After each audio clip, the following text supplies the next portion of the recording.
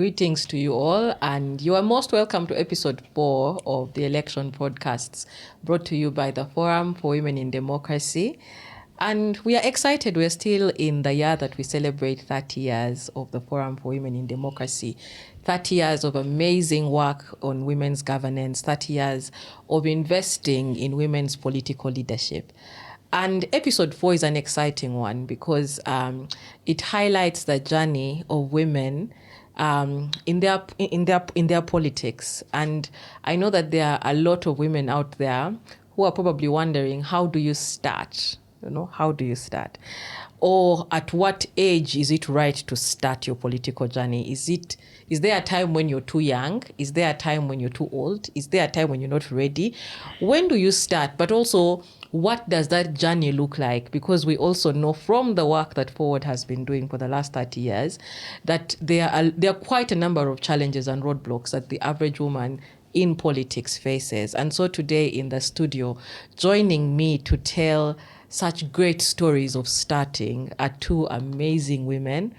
On my immediate left is Doreen Nyanjura, who I believe many of you have come across, a powerhouse in the city and a woman I celebrate each day. You're very much welcome, Doreen. Thank you so much, Isabella. It's a pleasure for me to be here. And thanks for the great work that you're doing. Thank you very much. You have really inspired so many of us, and we look up to you. Thank you. And thanks to Forum for Women in Democracy for the mentorship that it has provided to many women out there, myself inclusive.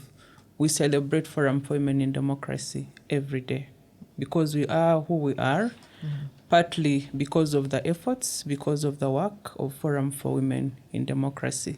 So it's not by accident that today I had to cancel everything that I was doing, travel all the way from Chenjojo to come here so that I do not miss the final episode. Thank you. Thank you very much. Thank you for giving of your time. You're welcome. Even as we celebrate 30 years, we celebrate women who have given towards this journey of 30 years and who have been part of it. On my extreme left, in the studio, we have Charity Lenia, and we've been practicing this pronunciation of the name. So by the time the show ends, we will have all mastered this name. And Charity, you're very, very welcome to the show. Oh, thank you so much, Isabella. Very excited to be here. I've grown with the Forum for Women in Democracy. If I was a baby, I'm certain that I am starting to run very fast. Yes. I'm done walking, now I'm running, and we are grateful for Forum for Women in Democracy. Okay. Yeah. Thank you very much. And a deep dive really into the conversation. And we'll start with you, Charity. You are running for political office. Oh, yes. Where did this start from? Did you get an epiphany and first stand for LC1? Did you just jump in? Like that is a story that I believe very many people are interested in. Over to you. Okay. Mine is quite a unique one. Not very unique, but a few young people like myself have equally done it before. Mine was from back in Makerere University. I ran for guild president. Did not go through, but I started with vice guild president at Makerere University Business School.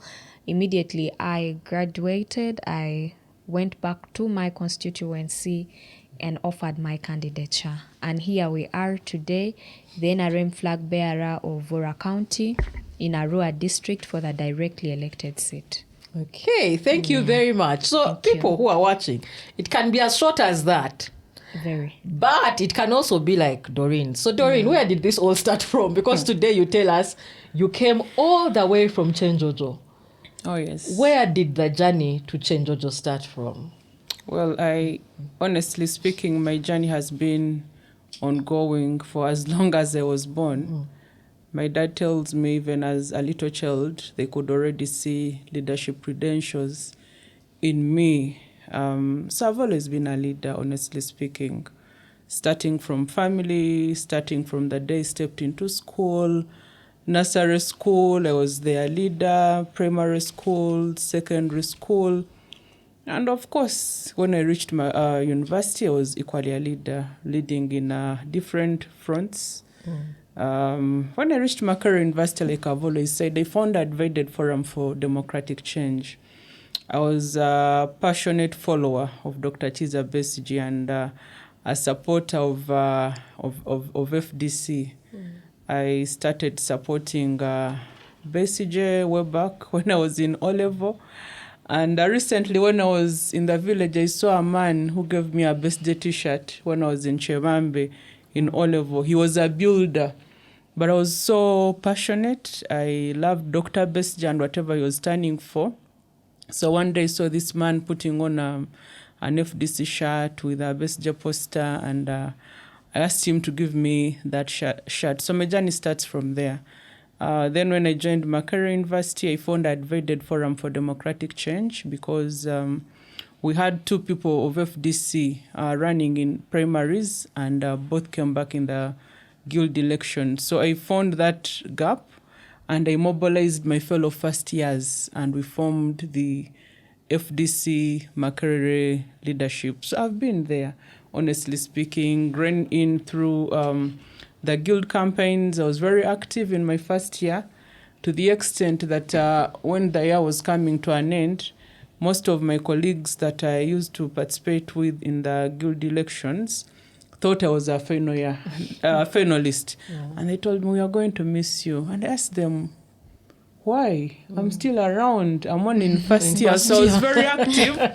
They never imagined that I was in first year. So fast forward, we lost that election. I think there's a gentleman called Shaban who won Tayewa Oteran. And then the next election, we won it as Forum for Democratic Change with Oneka Dennis Amere, who is the current MP for Chitugu Municipality, winning that election, and I became the guild vice president. Yes, we did so many things. We participated.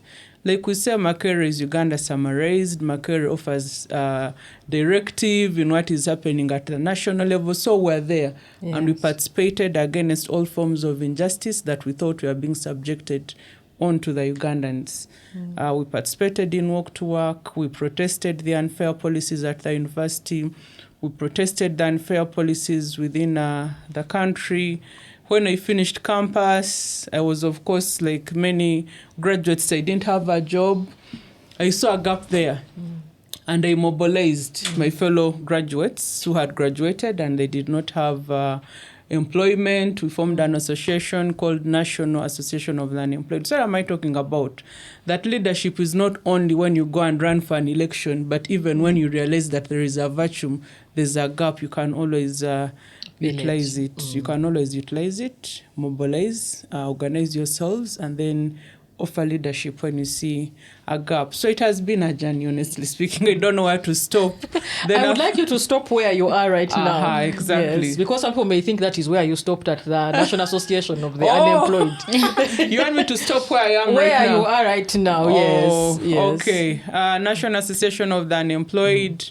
Then a few years after that, because I graduated in 2013, and National Association of the Unemployed was active 2013, 2014. And a few of my colleagues and a few of members of staff within Makerere University approached me and they wanted me to run, to contest and become a councillor representing Makerere University. And of course I asked them, but I just graduated a few years ago.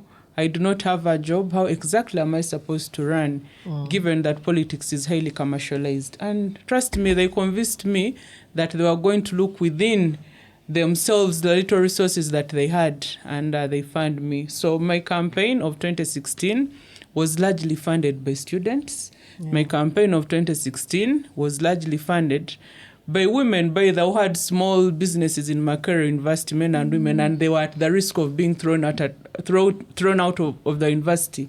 Yeah. But as a student leader, I protested and fought for them. So they also would get their little money, 2,000, 1,000, and they say, you fought for us. Now is the time for us to also reward you and support you. So that is how I managed to run my 2016 campaigns. And I emerged a winner. I I was contesting against people who had money. I remember there's a lady called Winter, commonly known as Mama Ken. She had a big restaurant. And each voter was entitled to free food. So if you're a voter, you go there and just get eat good food. and just eat. So it was a tight one. But I mean, I managed to win it. And of course, in 2020, I contested to be the speaker at KCCA. That was a highly, I think it is one of the roughest campaigns that I have so far been involved in. And I lost that election by 2 votes. It's as if, I don't know, it was Nyanjura versus the state. Yeah. Because on my side, I was being supported by Lukwago, I was being supported by Besigye. So it wasn't just Nyanjura running. So many things came out. That's when I got to know how my legs over were what. They were one way. That is when I got to know about men I was sleeping All with. your boyfriends in Kampala. Men that I had even never heard of. I mean, that is Yes. how I also learned that it was not okay for me to cut hair. So really, that was the roughest. And I lost by 2 votes. But there's a way God does his things. After I had lost that election, my predecessor, the Honorable Sarah Kanyike, was appointed to be a minister. And there was a vacancy. There was no deputy Lord Mayor. And that is how I was appointed the deputy Lord Mayor in June 2020. And I mean, there's a message to that, especially to the young women. Offer yourself for leadership. Because I imagine if I had not contested for speaker, probably the Lord Mayor would not have seen my credentials, my potential to say this is the right person now to be the deputy Lord Mayor. Yeah, so basically that has been my journey.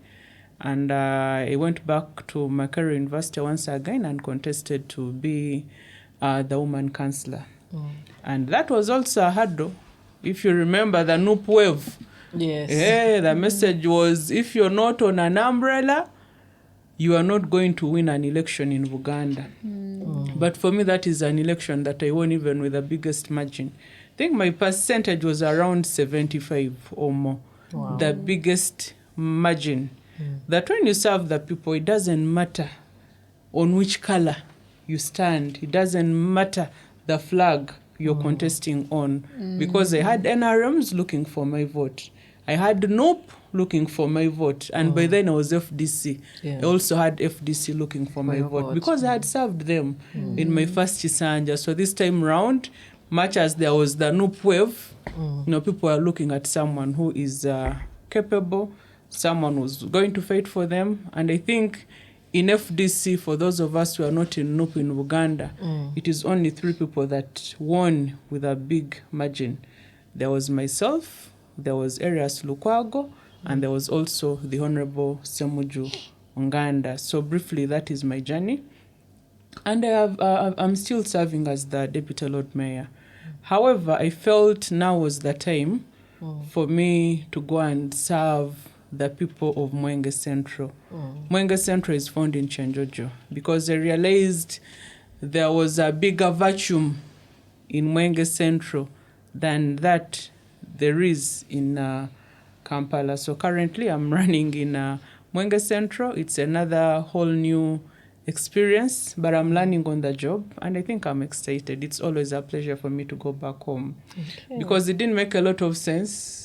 I would stay in Kampala in AC, in electricity, then I'd go back home and, complain. In the darkness. Yes. Up to now, we do not have electricity. Wow. You're on tap water, you go back home, you can even hardly find a borehole. So, I mean, the road network is totally dead. So I felt it was time for me to go back home and fight for the people of Mwenge Central. I believe I have gained more than enough experience for me to go and lead in Chenjojo. But also importantly, to continue the spirit of transition. Exactly. Yes, which is something that I definitely celebrate with you. Exactly. That you have chosen to transit into another space. And we've heard from Doreen, and Doreen has shared challenges. She's shared encouragement. You've also shared opportunities through your journey. And one of the things about today's conversation is that both of the ladies in the room have chosen to go back to their communities because there is something that needs to be addressed. And coming back to Charity, of course, you shared your experience, but I'd just like to come back and have a conversation with you about the challenges that you have faced, but also if there are any opportunities that you'd like to share with anyone who is watching, because someone may think that you got this very easily on a silver platter. It just came to you. You've not suffered. You're even glowing. Like you don't look like you have suffered. Oh my God. So what are some of the challenges that women should be alive to, even as they get into this space? Thank you so much, Isabella. When I first offered my candidature to the people of Arua district in Vora, it was a blow to very many people. It took so many people some time to digest this issue. Initially, I looked like a joker. When I first started, nobody really took me serious. Number one, it was about the age. She's really very young. But it was a challenge, but the age at the end equally became an advantage to me. It was both. But the mere fact that I was a woman contesting in a position of a man, you see that? I contested in my election with about 8 men, Isabella. Yeah. And I beat them hands down with a difference of about 9,000 votes. As I became the NRM flag bearer, but I can assure you, even up to now, men are very egoistic in nature, so they cannot accept this. And in my community, so many people believe that the directly elected seat is only for what? For men. For you to convince them that it is an open seat, it took us time. More so a young girl, unmarried. You know, there are those cultural virtues and beliefs. People believe that for you to be a leader in a particular community, 1, you need to have a home. 2, you need to be married. And 3, there is a certain age. And now, to make matters worse, 4, I'm a woman contesting in a position of men. That has been the biggest challenge. That's why you get to realize that even after winning the flag, even after proving that, you know what, I have the capability, I've shared my vision with the community, and majority of them have bought it, I can assure you that these people are still back, saying that we cannot send 2 women to parliament. We cannot allow the woman MP where there's affirmative action, she's a woman, and then the directly elected seat is also for a woman. We cannot allow. So it has been a very big fight. But we have now, the opportunities are many. I tell my people that, number one, I'm still a very young girl, which is an advantage. Because for me, I am going to serve my people, but it is also a responsibility I'm taking on. It is also a job I'm taking on. I usually speak to them and say, you know what, because they say, she has no experience, she's young, she has never worked anywhere. I'm like, no, come on. This is my first job you're giving me.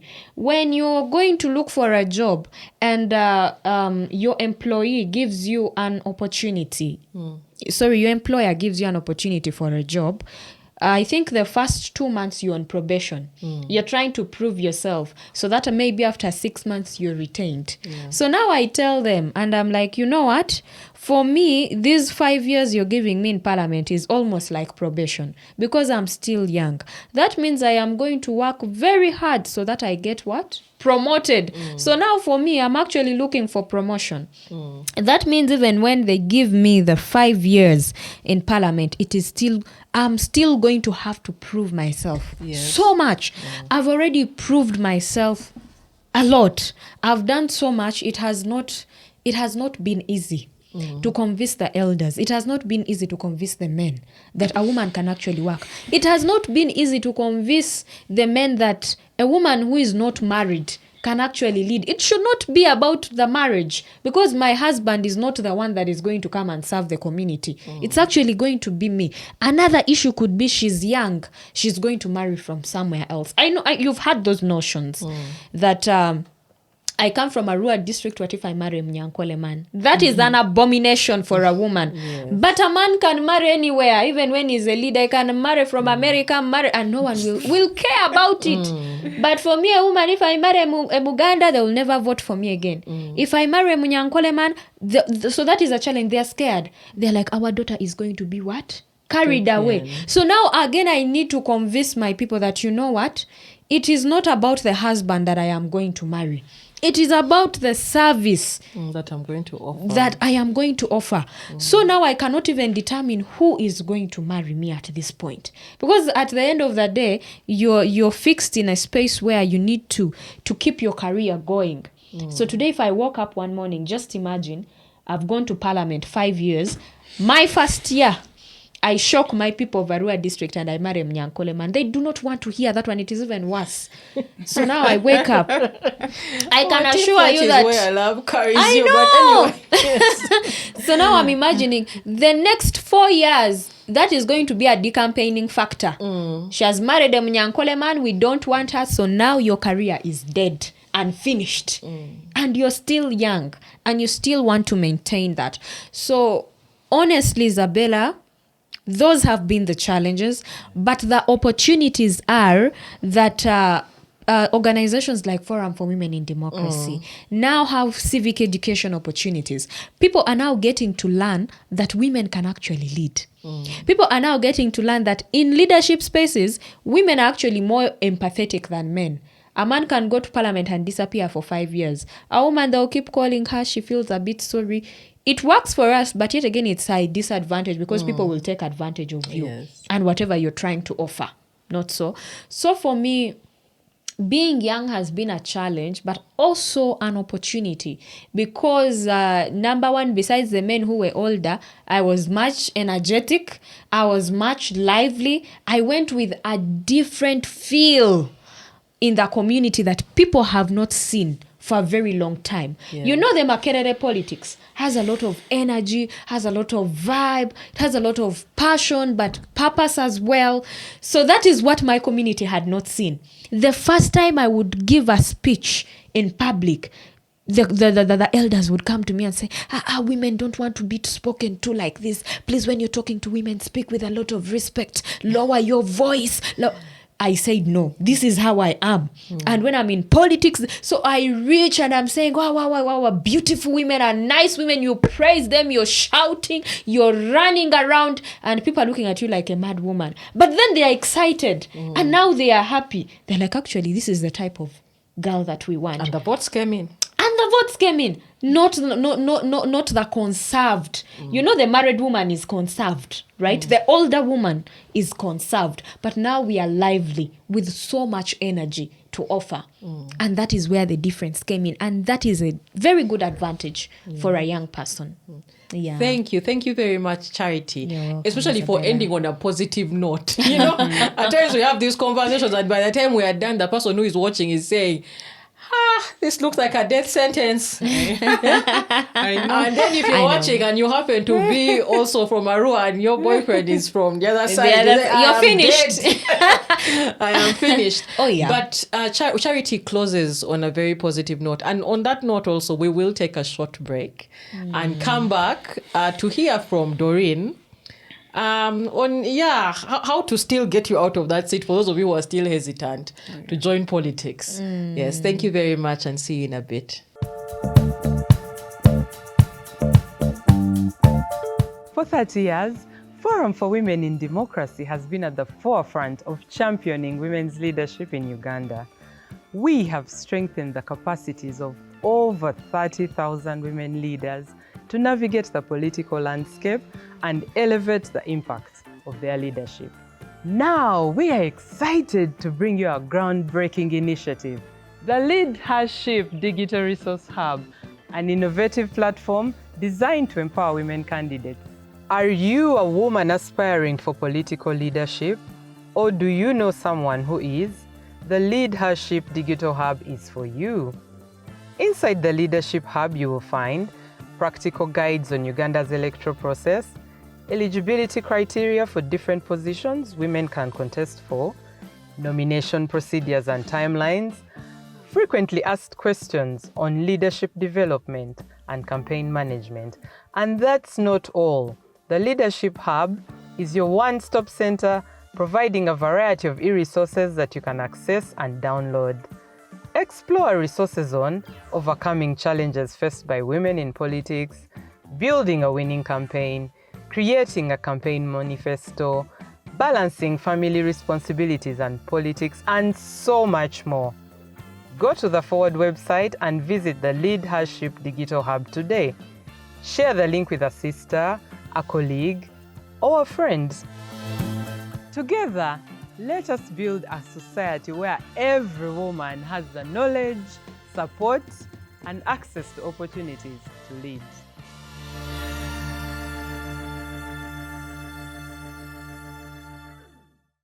Welcome back from the break, and we're going straight to Doreen, to hear back from Doreen. And for those of you who caught Charity's conversation, she opened up the discussion on stereotypes, gender stereotypes, cultural, negative cultural norms that hold women back from the election. And even Doreen mentioned it, how she discovered she had very many boyfriends in Kampala, that she was unaware of. And all of this, comes down to part of the challenges that women face. And yet through all that, perseverance is expected. And so Doreen, coming to you, what message do you have for women? And there are different categories of women. There are women who have seen you go through all that and they're like, I cannot do, I don't know how Doreen did it, but that is not me. And then we also have women like Charity, who have started this journey and are beginning to scratch the surface of these challenges. And sooner or later, they will fall into some of these ditches. So we have women who are in politics, but are still dealing, with these things. So what advice do you have across the board? Well, I think to, first of all, specifically talk about myself. I think for me, leadership is like a calling, honestly speaking. Leadership is like a calling. There are times I have also felt leadership and activism, because one of the things that I'm so passionate about is I'm a human rights activist, honestly speaking. And there are times I have also felt let down. For example, there's a time when traders were being chased out of Parkyard by Ham, and myself, the Lord Mayor, and other leaders went there to fight, and they sent us goons to beat us up, and the people we were fighting for were up on arcades laughing, and I'm like, what is going on? It's these people that have lost their businesses. There's also another scenario during the amendment of the Constitution to remove the age limit. I went out on the streets to protest. And as I was being arrested, I broke down and cried. Because for me, I felt this was a moment for all Ugandans to come out and say, no, enough is enough. We all have to come out and fight. So as I was being driven from Parliament to CPS, I was seeing these women hawking mangoes. I was seeing the border riders. I was seeing the beggars. They were not bothered at all. And I was like, what's going on? And I broke down and cried because I felt Ugandans were not doing what they were supposed to do. I was like, maybe I need to take a break. But guess what? I have still gone back on the streets. I have been arrested over 25 times. I have not given up on the fight because it's a calling. For me, it comes naturally. It's not something that I force. When I feel that Isabella is facing some form of injustice, my natural instincts will not let me sleep comfortably in my bed. I will not. I will have to come out and fight. So, one, you must have that passion that keeps you going. And another thing, for me, I have not looked at myself as a woman. I look at myself as a human being. I know we are all human. Men are human beings. They're also human beings. Because when you start looking at yourself as a woman, there's a way you'll bring yourself down, and society will also join in bringing you down. And of course, I look at my mentors, the people that I look up to. If I look at Salif Johnson, to answer the question of being in leadership, and I'm unmarried, I know at a time Salif Johnson was elected president. She was divorced. Did that one stop her from being the first elected African female president? It never stopped her from being that. I also know that she got married at the age of 17. Did that one stop her from going back to school and pursuing her career? So I always find a way of looking at the positive side. There are women who have broken the barriers, and I'm also here to break those barriers. When I look at Winnie Mandela, despite of all the challenges that she faced, even in her marriage, whatever, that never stopped her from being an icon. So for me, I put my attention on women that came before us, and they have been successful despite the challenges that they encountered. When Mandela was in solitary confinement, yes, I have been arrested a number of times, but I have not yet gone to the level of being in solitary confinement for over a year. How was Winnie Mandela different from the rest of the women? I'm also a woman. If she managed to do that for her society, I believe I can also do that. And of course, the question of coming on the direct seat. It's the same question that I'm facing in Mwenge Central, where I'm contesting. There are women in these direct seats. I give an example of Winnie Byanyuma. I mean, and ask these people, don't you all know Winnie Byanyuma? Aren't you proud of the work that she's doing and the work she used to do when she was in this seat? And they will all be happy. I ask them about Betty Nambozi, and they all know her. In Toro, we have a woman called Beatrice Chiraso, and they are all proud, and they know the kind of work that she used to do. And at the end of the day, those questions, they'll stop asking them. My story is different. Like I said, I believe in breaking barriers. In Mwenge Central, where I'm contesting Oche Njojo, I think there hasn't been an opposition politician that has come with a lot of energy, and people have embraced her, and people are supporting her, like Nyanjura. Like when I was going there, people were like, this is an NRM area. There's no way Nyanjura can come here and do what? And people will embrace her, people will support her. But I mean, people have embraced me, Isabella. I don't know if you happen to look at my nominations. I didn't even have money. We budgeted for 50 borders, but we had over 300 borders. Wow. People were saying, for us, we are not looking at money. We are not even looking at the political party. We are looking at Nyanjura. Nyanjura is the first Mutoro to go in Uganda and become the deputy Lord Mayor. And she has carried the Toro flag so high. We are proud of her.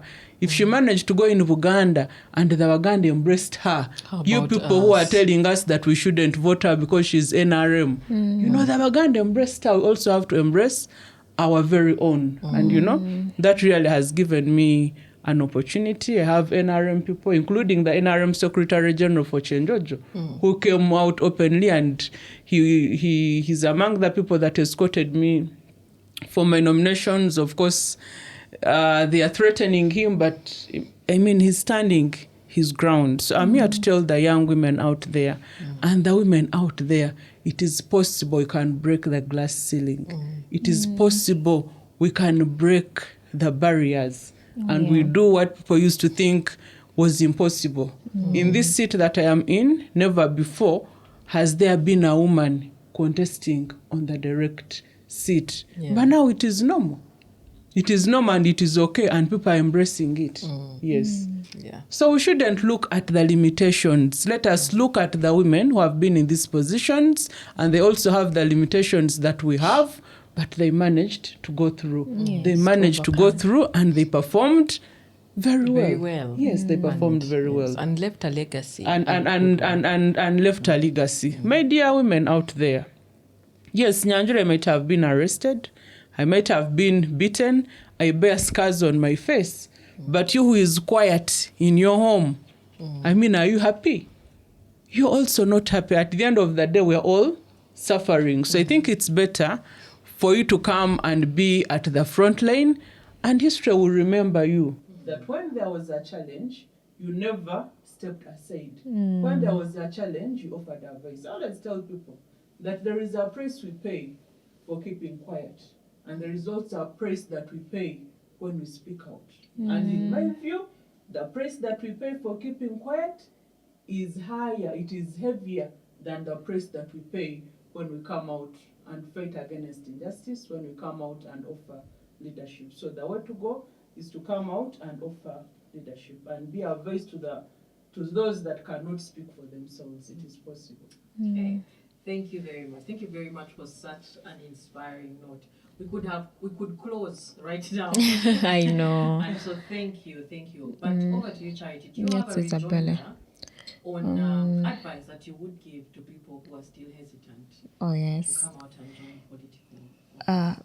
For me, Isabella, it is very important for us to realize our purpose. Just like my sister Doreen said, for her leadership is a calling. Oh yes, and for someone who is very spiritual like myself, I believe that the Almighty designed a purpose for everyone. So it is upon ourselves to discover that purpose.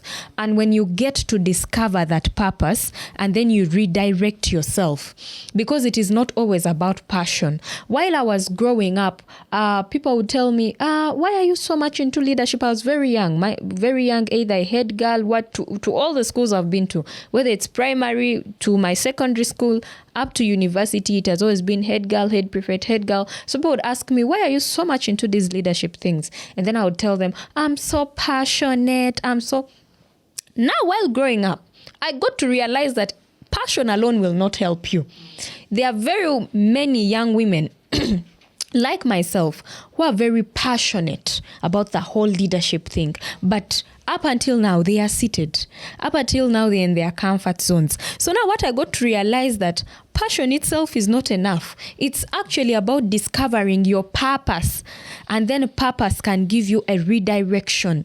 Purpose can give you a thick skin for you to be able to handle the obstacles, for you to be able to overcome the challenges because you discover your purpose. And for me, once I discovered my purpose, and that was to serve the people of Arua district. Despite all the challenges, despite all the obstacles, all the insults, that is what helped me stay put. And for me, to the young women, it is very important for us let's do a self-introspection, for you to help discover yourself and discover your purpose. Very important. And I'm very grateful that for Forum for Women in Democracy, whenever we are going for their mentorship programs, they usually have a space where we get an opportunity to discover ourselves. That is very important. I'm an alumni, and I remember that during the time we were having our mentorship programs, that was in Entebbe around, that was the time I'd not decided fully to contest.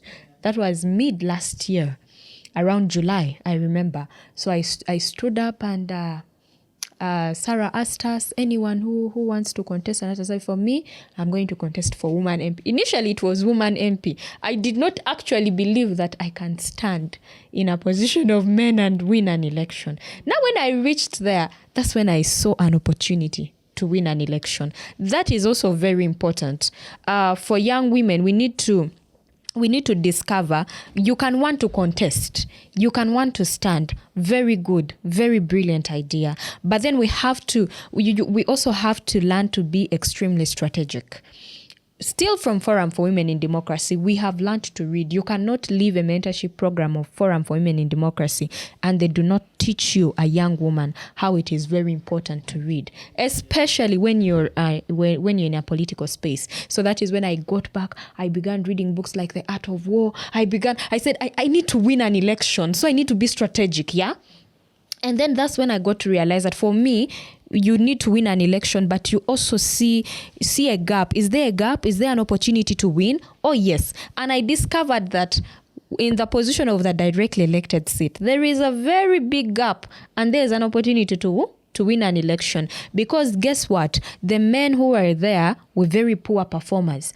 And the woman who was for the affirmative action, my woman MP, an excellent performer. And for our women in the community, and even the men and the young people, we told them, just imagine we have an excellent performer as a woman doing everything alone, and yet we're supposed to have two leaders in the constituency. Now just imagine another young woman joins her. That will be a very perfect match. So for me, discovering my purpose and also learning to be very strategic in these spaces, because that is the only way you can navigate the political terrain you're in. Yes. Can I just add? Absolutely. Yes. You know, for me, as a feminist and as a gender scholar, someone who's so passionate about issues of gender, I should add that my contesting for the open seat or the direct seat is a protest. Oh, yeah. It is a protest because I find it so unfair. I find it unrealistic for us to be told that women are being empowered and they are being told to run as women members of parliament, and yet they have constituencies which are so big. Of course, Imagine very you're big. taking over the entire district. District. You're being punished. It's as if you're being punished for being a woman. I agree And with yet, that. for me, Yes. who is in Mwenge Central, which is a direct seat, my constituency is small, but I still feel it is so big for me that I cannot afford. I cannot afford, I cannot afford the resources and all that it takes for me to contest in Mwenge Central. And then there's the woman MP who has three constituencies of 4. Oh, There's yes. Mwenge North, there's Mwenge South, and there's Mwenge Central. And she has to traverse the So whole for me, place. it is a protest, Yes. and we are saying this thing is unfair. We have always advocated and said, if you are saying you're fighting for equity, fairness, let it be at least one man, one woman. Because when there is an event in the constituency, the MP on the direct seat will contribute 1 million. And when the woman MP contributes 300 or 500, they'll say, look at her. They will She's not even understand. mean. They forget that this one is taking over the entire Entire So mine district. is a protest, and I think it is unfair for a woman to take over the entire District. the entire constituency. Yes. And if they're saying we're empowering the women have less money as compared to men, we cannot run away from that reality. But also tell the young women out there, you're not too young to offer leadership. You're not too young to offer leadership. For me, I look at youth in their 20s, early 30s, and they tell you they are too young. My dear friend, you're not young. There's this young lady that I look up to, Malala. At the age of 8 years, she was out there fighting for the right of education for a girl child, fighting for the right of education for a woman. And she was saying, yes, even the girls need to be educated. And she's the youngest Nobel Peace Prize winner. Just at 8 years, at 9 years, she nearly lost her life. You know, because she was fighting. So you're not young to offer leadership. We have a challenge in this country because we are being led by leaders who are in their 70s, in their 80s. So when someone is in her 20s or in her 30s, you hear them saying, I'm too young, I'm too young. But we have Mujisha Muntu, who became an army commander when he was also that young. We have others who are ministers just at a tender age. You're not young. Leadership is not about age. Leadership is not about age. Yes. Okay, thank you very much. And we've come to the last part of today's show. I'm going to ask the final questions, and while answering them, I'll also encourage our guests today to also provide their parting shots. Okay. And so I will come straight to you, Charity, and Yes. ask, in this era of technology and media, is there a place for technology and media in your campaign? Are you using it to mobilize support? Are you using it to mobilize your community? And how is it benefiting your campaign? Is that something you share? Okay. Yes. Technology and media is broad. I'll also equally take that the mainstream. For us, in a place like Arua district, we would use mostly the radios. But then also, yeah, media online for many young people. So yes, it has helped. Initially, media was such a disadvantage to me because we've faced a lot of backlash from the media as well as someone who switched political parties from the National Unity Platform to the NRM. So there was a lot of backlash, insults here and there. And then, of course, media also comes with so much undermining of your credibility as a leader, especially when you're a woman. But we have been very careful. Personally, I've been very careful of how I handle the media because I get to realize that your footprint on media is very important.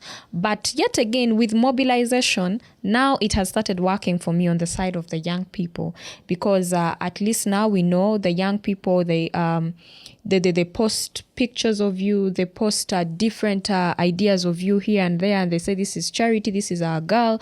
We have different forums in Arua district, those forums either on different WhatsApp groups and all, and if somebody has seen something good about you, definitely they are going to post.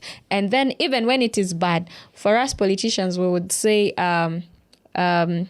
bad publicity and good publicity, either way, still works for you, right? Yes. So it has equally been an advantage. So if it is bad publicity, somebody will check and say, what are they saying about this young lady? And then they will go back to your profile. Maybe does she have a LinkedIn? Oh yes, they want to check the work that she has done before. So if you're to look at my past, I have worked so much with young women and girls. Even when I was younger, I remember having a CBO called Doing It For Her, which is still operational up to now in Arua. So people go back and look at that work. I remember doing some work with Refugee Women Leaders Network. I worked with them for some time, should be a space of about 8 months. And then people would go and look at that. I've done some little work with Own It. So people would go and see that and okay, she's been someone that has been doing work with young women and girls for quite a long time. And now people begin believing that she actually has the potential. She has the capability. And for the young people, their work has been to spread that throughout. I have a group of young people who help me. They're about 20. Anything good about Charity, they are going to spread it out all over. So people will be saying, I saw you here, I saw you here, I saw you here. And these young people are doing it. And for me, that has been the tool on media. We have now in Arua district, very many young people operating the radios. They are young, not now old. So every time it is a shout out to the community, vote for Charity. We've seen her do this type of work. And people in the villages will start calling me. We've heard you on radio. We've had them talk about you. So media has really played a very big role.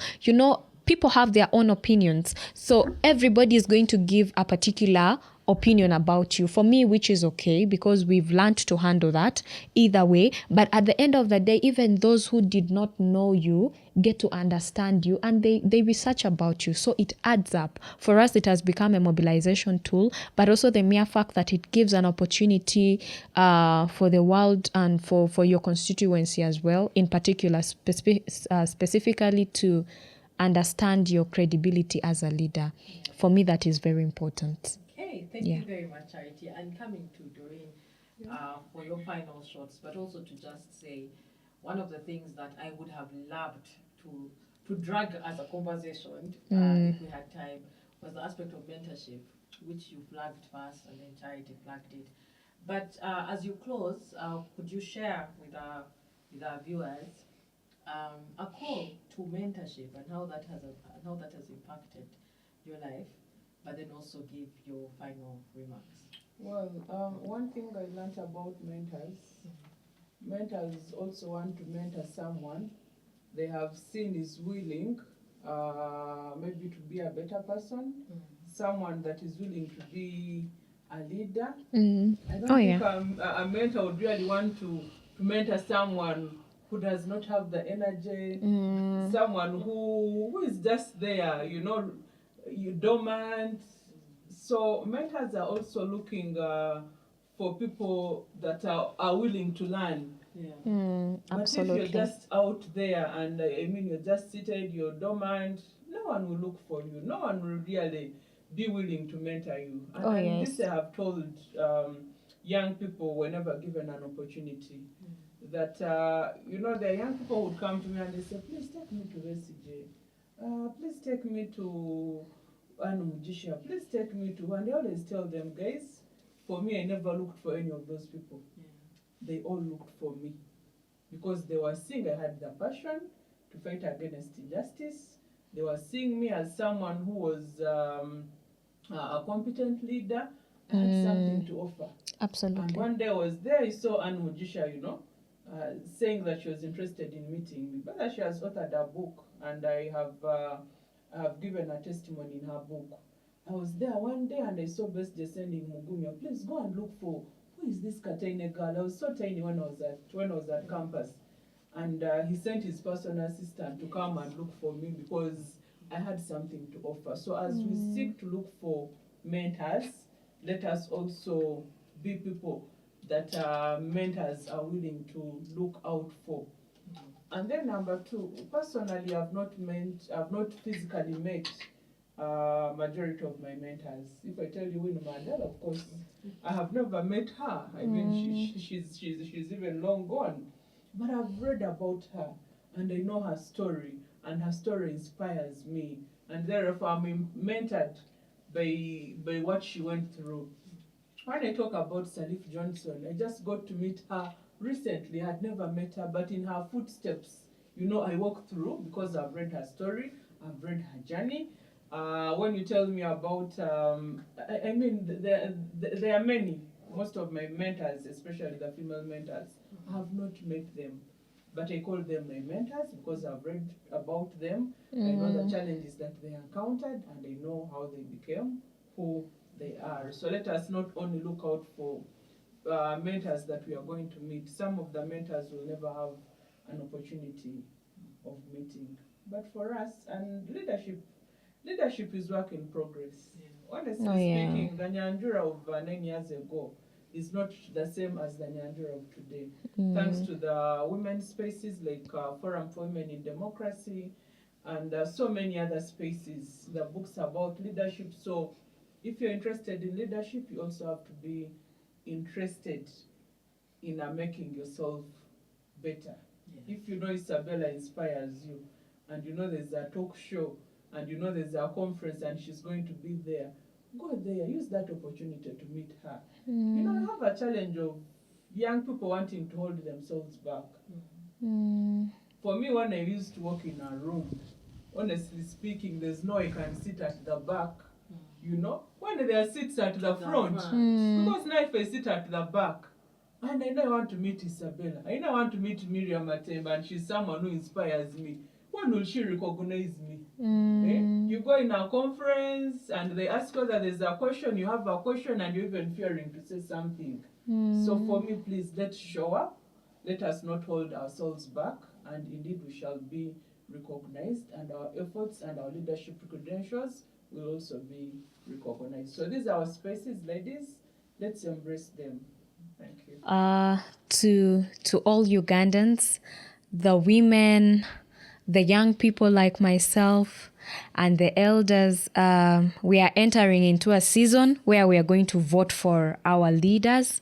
Kindly let it be peaceful, non-violent, because when it is non-violent, it is more comfortable for us, the women as well. Not only the women, but for all of us at the end of the day. So let the election be peaceful, non-violent, and at the end of the day, let us vote for right leaders who are going to be excellent performers. Thank you. I hope and pray that the 2026 election does not turn out to be a massacre, just like the 2021 election. I pray that the Independent Electoral Commission, like they call themselves, should indeed be independent. Let them display the actual leaders. Let them not be overrun by security forces.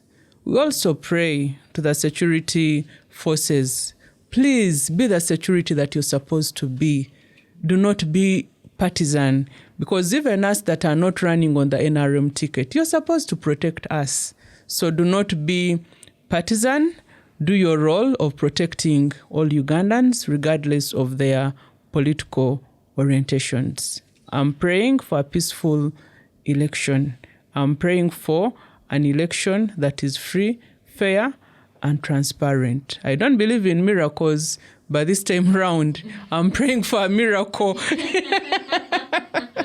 Thank you. Thank you very much, Joanne. The character of elections is that they ought to be free and fair. And it's been a while since we saw free and fair elections in this country.